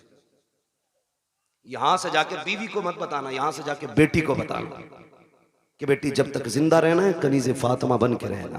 सुभान अल्लाह। मेरा चैलेंज है, जब बेटियां सवर जाएंगी तो किसी घर की बहू खराब नहीं हो सकती है। बेटियों को बेहतर करो, बेटियों को। मेरी बहन मुश्किल है जिंदगी का गुजरना शोहर के बगैर। आज बात बात में तलाक चाहिए तुझसे नहीं। फरमाया गया जो बिला उज़्र शरी के अपने शोहर से तलाक का मुतालबा करे अल्लाह उस पे जन्नत की खुशबू हराम फरमा देता है। क्यों मांग रही हो तलाक? कहा जी मुझे सुख नहीं मिला। किसे सुख कहती है तू? कहा मुझे 10,000 का जोड़ा नहीं मिला। जैसे कल्लन की बीवी के कंगन है वैसे मैंने नहीं पहने, जैसे अच्छन की बीवी का सूट है ऐसा आज तक मुझे नहीं मिला। और तू इसे कहती है सुख, कहती है इसे? सुख ये नहीं है, सुख इसे कहते हैं चटनी से मिल जाए शुक्र अदा कर खा के सो जा। अगर तेरा शोहर तुझसे राजी है तो तू सबसे बड़े सुख में है। और तू सोने के लुक में खा, तेरा शौहर तुझसे नाराज है तो तू सबसे बड़े दुख में है।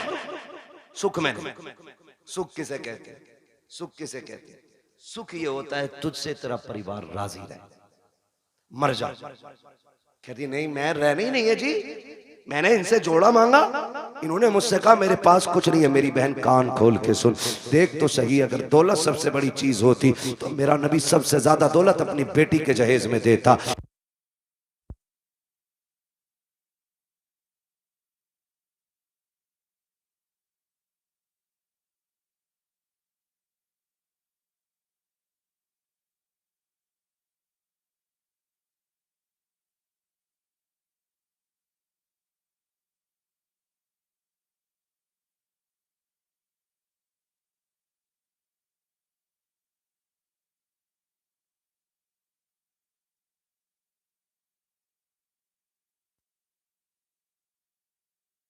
इसे कहते हैं देवबंद मिल गया देख के दे दी। पैसे वाला था, गाड़ी लाया था, लिया भी कुछ नहीं, आग लगे तेरे दामाद में। सीधी सी बात है।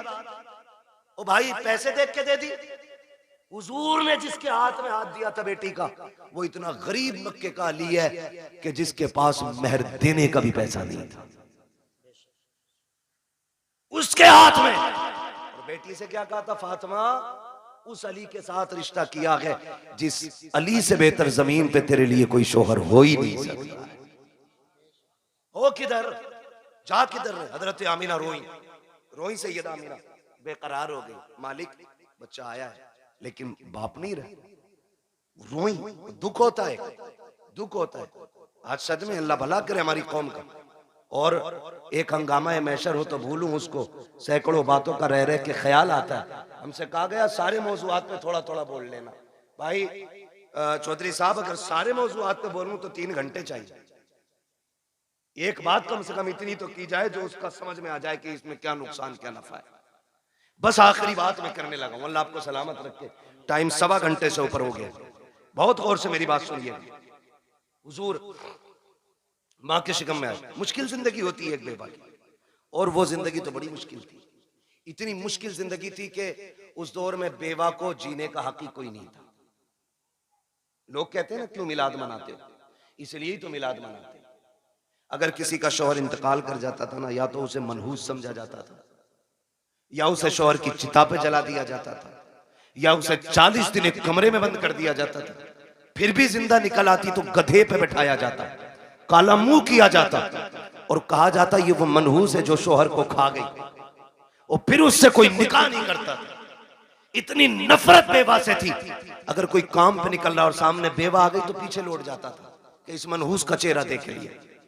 ये दौर और इतना मुश्किल जमाना, उस दौर में भी मक्के के अंदर सैयदा आमीना फरमाती बेवा होना बहुत मुश्किल काम था।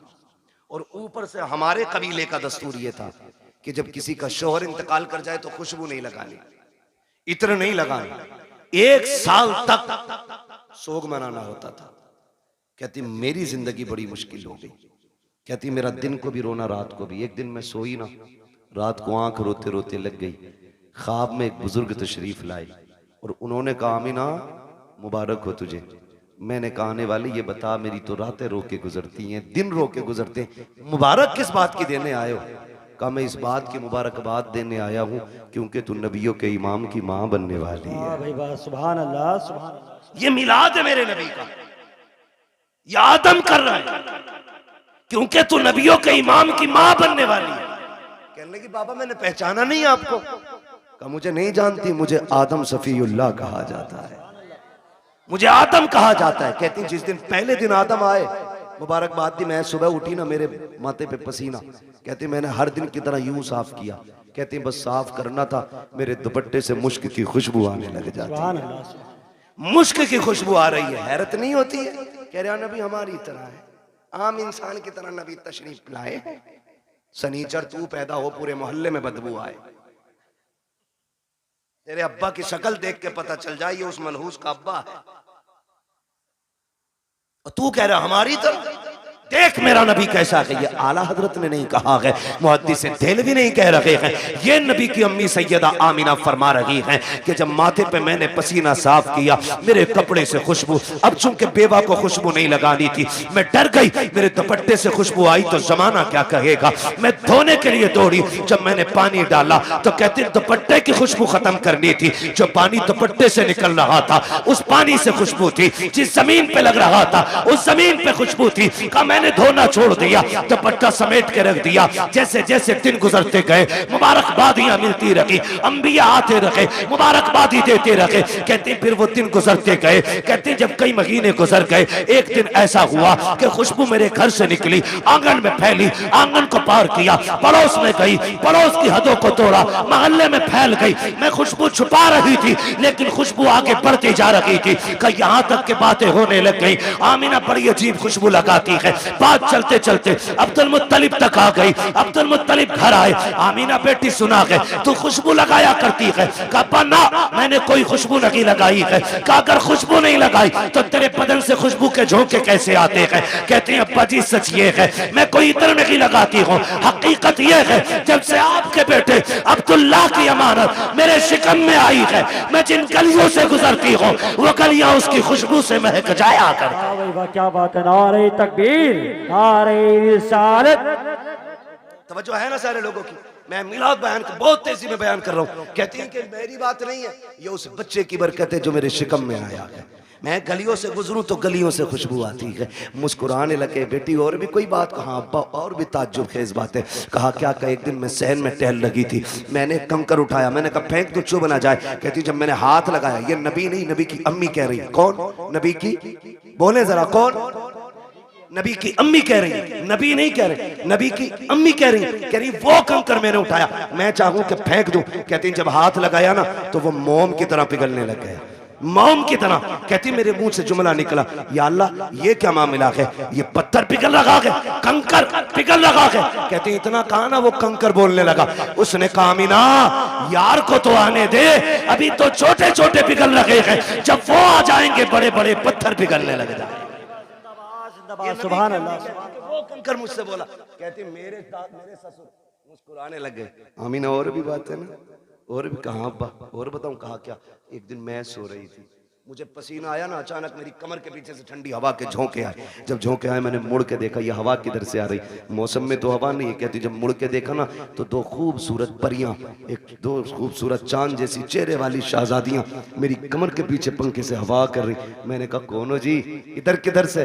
उन्होंने कहा कि हम आपकी खिदमत के लिए आए। कहा तुम्हें मक्के में तो नहीं देखा? कहा देख भी नहीं सकती। कहा क्यों? कहा हम मक्के से नहीं, हम तो रब की जन्नत से आए हुए हैं। जन्नत से कहा? हाँ। कहा क्यों? का तेरे माथे पे पसीना आया, रब ने हुक्म दे दिया मेरे महबूब की माँ की जाके ठंडी हवाओं के झोंके पेश किए जाए। अल्लाह अकबर। नबी की अम्मी कहती है भाई ये भी हुआ? कहा और कुछ? कहा हाँ और भी है। कहा क्या? तवज्जो है, सुन लेंगे जरा 5 मिनट, जितने सुनना चाहते हैं जरा कहते हैं या रसूल अल्लाह। माशाअल्लाह अब तो सबके हाथ उठ गए। या रसूल अल्लाह, जिन्होंने हाथ उठाए आपको आपकी शहजादी का वास्ता उस वक्त तक मौत ना आए जब तक हुजूर के शहर की हाजिरी नसीब ना हो जाए। अल्लाह सबको सलामत रखे। कहती बेटी और भी कुछ? हाँ अब्बा और भी कुछ। सुने देखो वो फजीता खोर भी याद रखना, नबी हमारी तरह, और मेरे नबी की शान भी सुनना। मिलाद वालों मुबारकबाद के लायक हुजूर की मिलाद कर रहे हो, मुबारकबाद के लायक। कहती है अब्बा जी रात को ना होता यह है कि कभी कभी आप चले जाते हैं ना, पानी खत्म हो जाता है घर में। क्या हो जाता है? पानी खत्म हो जाता है। सुन रहे हैं ना मेरे भाई? वक्त ज्यादा तो नहीं हुआ मेरा, अभी है मेरे पास, अभी टाइम है। अल्लाह सबका टाइम बढ़ा दे। बड़ी हल्के से आमीन कह रहे हो, दिल भरा रखा है ना बढ़ा रहे। तवज्जो है ना सारे लोगों को? बेटी और कुछ? हाँ कभी कभी आप चले जाते हो ना हरम शरीफ पानी पिलाने के लिए, वो घर में कभी कभी ऐसा होता आप पानी घर का भी ले जाते हो। अम्मी मुझसे कहती है अमीना पानी भर ला। ये नबी की अम्मी कहती मैं बर्तन लेती हूँ और कुएं पे जाती हूँ। लड़कियां मुझे देखती हैं, खड़ी रहती हैं। बेटी क्यों? जब मैं चली जाती हूँ ना तो उन्हें डोल रस्सी डालनी नहीं पड़ती।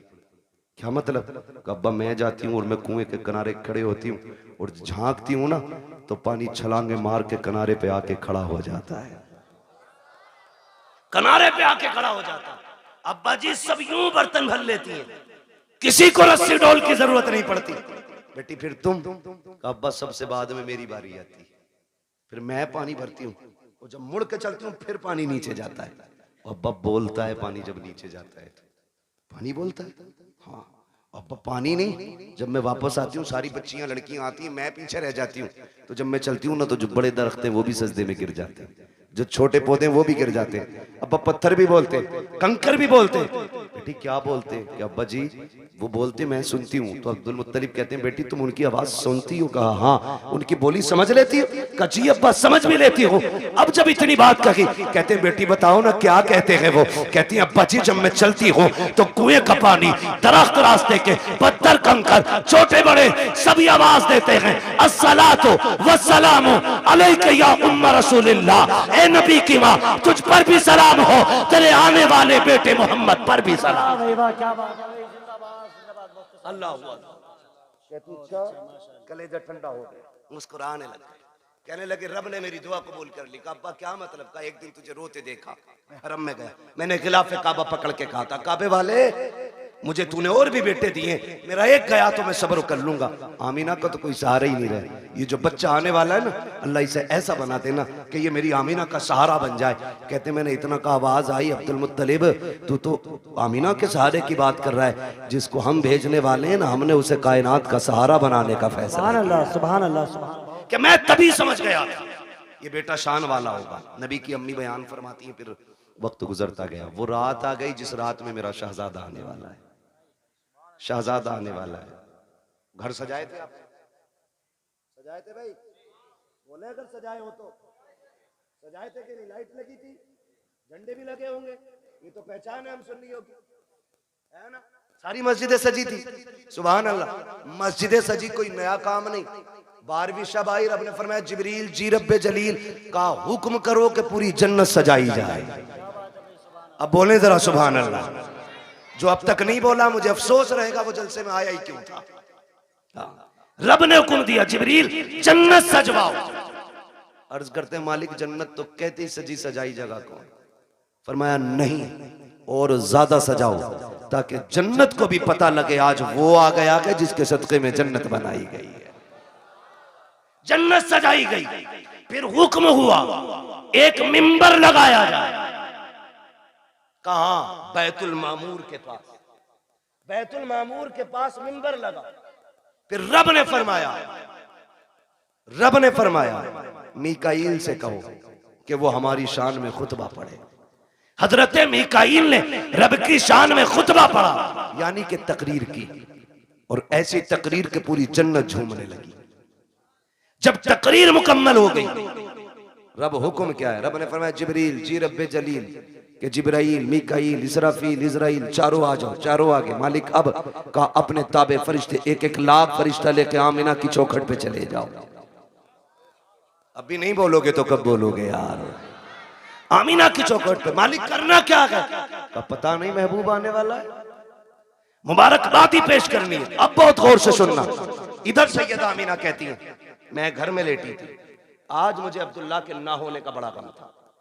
मैं सोच रही थी काश अब्दुल्ला होते ना तो आज मेरे घर में अंधेरा नहीं होता। बच्चे की विलादत का वक्त है, 4 औरतें मक्के की भी मेरे पास होती, आज मैं तन्हा ना होती। कहती शोहर की जुदाई का गम ये रुलाने लगा। कहते हैं भी आंसू आंख से निकल के रुखसार तक आया था कि अचानक मेरे घर की दीवारें फटने लग गई।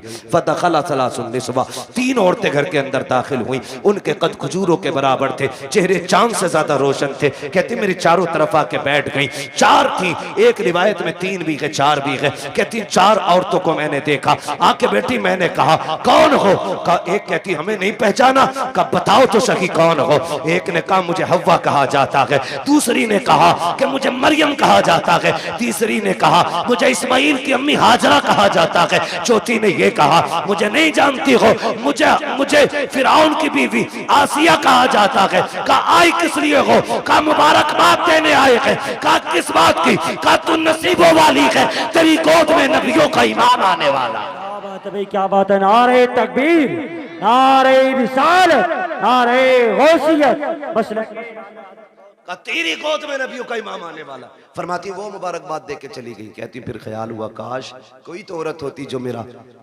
मन बहलाती, जो हिम्मत बढ़ाती। कहती है अचानक मेरे घर में रोशनी फैली, वो रोशनी सर की तरफ से आ रही थी। मैंने मुड़ के देखा ना, एक चांद से चेहरे वाली खातून खड़ी है। मैंने कहा कौन हो जी, इधर कैसे आई हो? कहने लगी आमीना हम जमीन से नहीं, हम तो जन्नत से आए हुए हैं। कहा कौन हो? कहा जन्नत की हूरों की मलका हूं। आई क्यों हो? कहा रब ने तेरी दाया बना के भेज दिया है। तू जो रोई थी तन्हा है, अकेली है, कोई नहीं है। कहा तेरी खिदमत के लिए मैं हूं आमीना, बता खिदमत क्या करनी है? सैयदा कहती है मुझे दूध का प्याला पेश किया गया, आसमान के सितारे इतने करीब मेरे आंगन में आ गए, मुझे डर लगने लगा कहीं ये टूट के न गिर जाए। ओ वहाबी जी, ओ देवबंदी जी, ओ सहारनपुर वालों, ओ थाना भवन वालों, लगाओ फतवा खुदा पे। ये तो आसमान पे चमकते थे, आज नीचे क्यों आ गए? मशीयत का नकीब कहता है लगाए आसमान पे थे, लेकिन आज महबूब आ रहा है, नीचे उतार के बता दिया आज की रात की जैसी कोई रात नहीं बनाई गई। अल्लाह 12वीं शब में तारे नीचे उतार दे, पेट में दर्द नहीं होता, सुन्नी 2 चिराग जला ले, आग लग जाती है। हाँ तवज्जो है ना सारे लोगों? कहती सितारे नीचे आगे मैं डर गई। कहती फिर मेरे घर में परिंदे आए, इतने खूबसूरत। कहती कुछ परिंदे हरे रंग के थे, सुर्ख चोंचे थी, कुछ ऐसे थे रंग फरिश्तों के, उनके परिंदों के सुर्ख थे, चोंचे हरी थी, उनकी चोंचों में मोती थे, मोती थे मोती। कहते मेरे बिस्तर पे डाले, मेरे आंगन में डाले, मेरा घर नूरुन अला नूर हो गया। इधर इधर की तैयारी, उधर देखो जिब्रील को हुक्म दिया लेके चले जाओ एक एक लाख फरिश्ता। आ रहे ना, कह रहे मालिक इजाजत मिली, आने लगे। तो सुनो जिब्राइल, मीकाईल, इसराफील, ये आगे इजराइल रुक गए। तुम नहीं गए? मालिक थोड़ी सी क्लियर करनी है एक बात। कहो क्या बात है? कहा मालिक ड्यूटी बड़ी सख्त है, मुझे तूने मलकुल मौत बनाया और ड्यूटी इतनी है कि मेरी ड्यूटी इतनी सख्त है कि मौत ना 1 मिनट पहले आ सकती ना बाद में आ सकती। मैं चला गया, मेरी ड्यूटी का क्या बनेगा? आज भी मुझे कितने बच्चों को माओ की गोद से लेना, कितनी औरतों को बेवा बनाना, कितने बच्चों को यतीम करना, कितने घरों का सहारा मुझे उजाड़ना। मालिक बताना मैं गया ड्यूटी का क्या बनेगा? रब ने फरमाया मलकुल मौत जानते हो कि नहीं? कहा क्या रब्बे जलील बताना। रब ने फरमाया सुनो, जब तुम किसी माँ का लाल लाते हो तो माँ तड़पा करती है, किसी बच्चे से बाप लेके आते हो तो बच्चे दीवारों से लग के रोते हैं, किसी घर का सहारा लेते हो तो बेटियां तड़पती हैं, किसी औरत का सुहाग लेके आते हो औरतें रोया करती हैं। जानते हो मलकुल मौत आज हमारा महबूब आने वाला है और हम नहीं चाहते हैं किसी के घर से रोने की आवाज आ जाए, इसलिए जाओ आज हमने मरने वालों को जिंदगी बख्श दी है और हमने तुमने महबूब की खुशी में तुम्हारी भी छुट्टी कर डाली। आज मरने वालों को भी जिंदगी की खैरात मिली।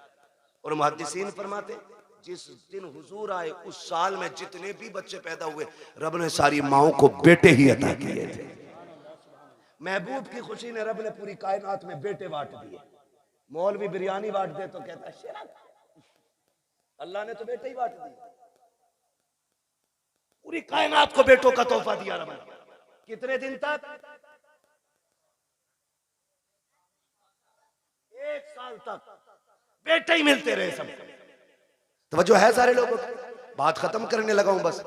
कहती है ना फिर सारे फरिश्ते आ गए और फरिश्ते कह रहे मालिक अकेले अकेले जाना? कहा नहीं आज जुलूस लेके जाना है और एक दूसरे को मुबारकबाद देते हुए जाना। फरिश्ते एक दूसरे को मुबारकबाद देते हुए आ रहे। इधर कहती हैं फरमाती है ना फिर मेरी बारगाह में दूध का प्याला पेश किया गया। एक प्याला पेश किया गया था कैसा? कहती है शहद से ज्यादा मीठा, मुश्क से ज्यादा खुशबूदार, दूध से ज्यादा सफेद और बर्फ से ज्यादा ठंडा। कहती मैंने घूट पिया। कहती हैं जब घूट पिया मेरे दुख तकलीफें सारी खत्म हो गई। फरमाती हैं फखरजा मिन्नी नूर, फिर मेरे बदन से नूर निकला। हैरत की बात है ना, नबी की अम्मी तो कहती है मेरे बदन से नूर आया गया, वहाबी कहता नबी हमारी तरह गए। आला हज़रत ने क्या गलत कहा? तेरी नस्ल पाक में गए, बच्चा बच्चा नूर का, तू है ऐने नूर, तेरा सब कराना नूर का। कहती फिर नूर निकला। वो कहती जब नूर आया ना मैंने देखा मेरा शहजादा कैसा है, देखूं तो सही। हर माँ चाहती है मेरा बेटा कैसा है, आंख कैसी है, नाक कैसी है, कान कैसे। कहती मैंने भी देखना चाहा।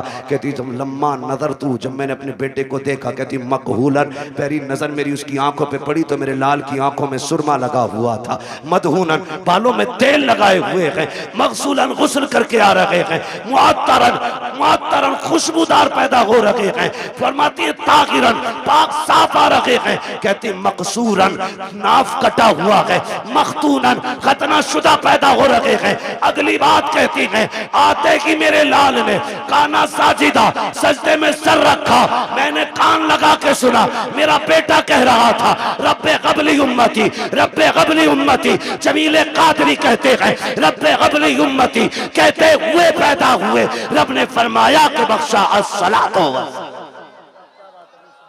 है जी। रुक के आखिरी बात कह के बात खत्म कर लूं, इंशाल्लाह कभी जिंदगी रहेगी यहाँ से आगे की बातें फिर बयान कर लेंगे। लेकिन शर्त ये भाई, नीचे करो थोड़ा सा, टाइम से नंबर देना, 11 बजे माइक दे देना और 12 बजे अपना ले लेना, ठीक है?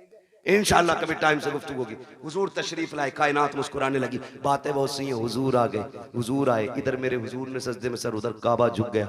आला हज़रत फरमाते हैं जिनके सजदे को महराबे काबा झुकी, उन भवों की लताफत पे, जोर से, उन भवों की लताफत पे लाखों सलाम। और फरमाते हैं पतली पतली गुले कुद्स की पत्तियां, उन लबों की लताफत पे लाखों सलाम। ये क्यों झुक गया काबा, ये क्यों आ गया रुकू में, क्यों सजदे की तरफ दौड़ा? आवाज आती बरेली से, हाजियो आओ, शहंशाह का रोजा देखो, काबा तो देख चुके, काबे का, काबे का काबा देखो। हुजूर आए, कायनात मुस्कुराने लगी। हुजूर मुहद्दिस देलवी फरमाते हैं जिस जमीन पर हुजूर की विलादत का तस्करा होता है, अल्लाह 1 साल तक उस जमीन पे अपने करम की बारिशें फरमाता है। जिस मोहल्ले, जिस बस्ती में हुजूर की विलादत होती है ना, अल्लाह 1 साल तक उस बस्ती से मुसीबतों को दूर फरमा दिया करता है। इतनी बड़ी बरकतें हुजूर की विलादत की तस्करे की है। आला हज़रत फरमाते हैं हश्र तक डालेंगे हम पैदाइश मौला की धूम,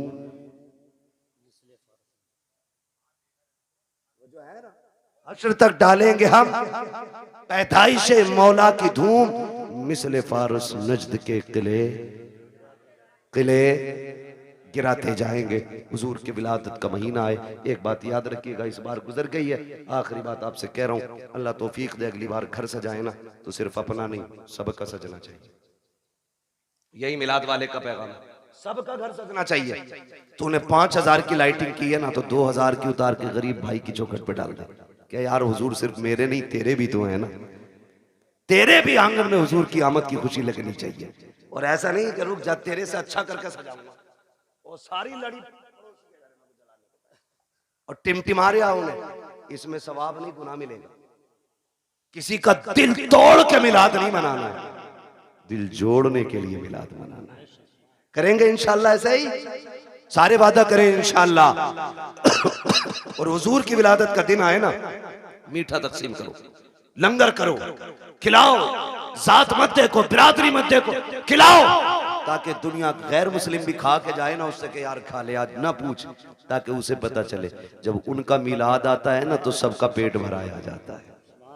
करेंगे ना इंशाल्लाह, लेकिन ये तभी करेंगे जब अपनों को कोर्ट कचहरी और केस से फुर्सत मिलेगी, है ना। ये झगड़े भगड़ों से निकलो, तुम्हें कूटने के लिए और लोग काफी, आपस में क्यों मरे जा रहे हो।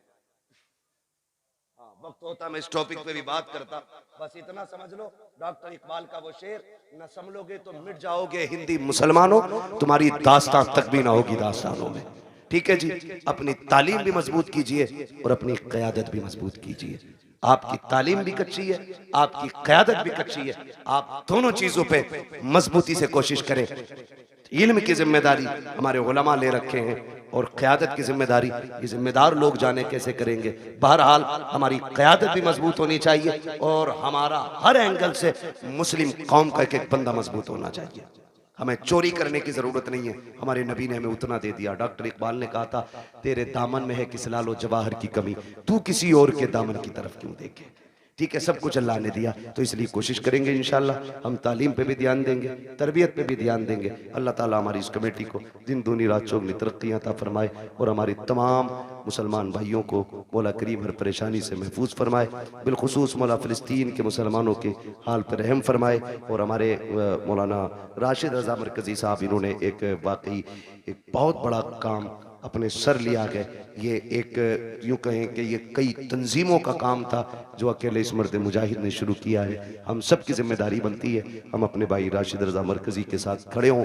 बेटी कहीं की भी हो, हमारी बेटी है ना, हमारी बेटी है, इसलिए आपने कम से कम एक कोने की बेटियों की जिम्मेदारी उठाई है। इंशाअल्लाह कल इस इलाके से कोई ऐसा मर्द मुजाहिद खड़ा होगा जो इस इलाके की बेटियों की तालीम के बारे में सोचेगा, उनकी तरबियत के बारे में सोचेगा, और हम दुनिया को बताएंगे इंशाअल्लाह ना हम तालीम में कमजोर हैं, ना हम तरबियत में कमजोर हैं, ना कल हम किसी के टुकड़ों पे थे, ना आज हम किसी के टुकड़ों पे हैं। हमारा तो सिर्फ एक ही दरबार है, और उसके बारे में कहते हैं तेरे टुकड़ों पे पले गैर की ठोकर पे न डाल, झड़कियां खाएं कहाँ छोड़ के सदका तेरा, व अम्मा बिनिअमति रब्बिका फहद्दिस, अपने रब की नेमतों का खूब खूब चर्चा करो।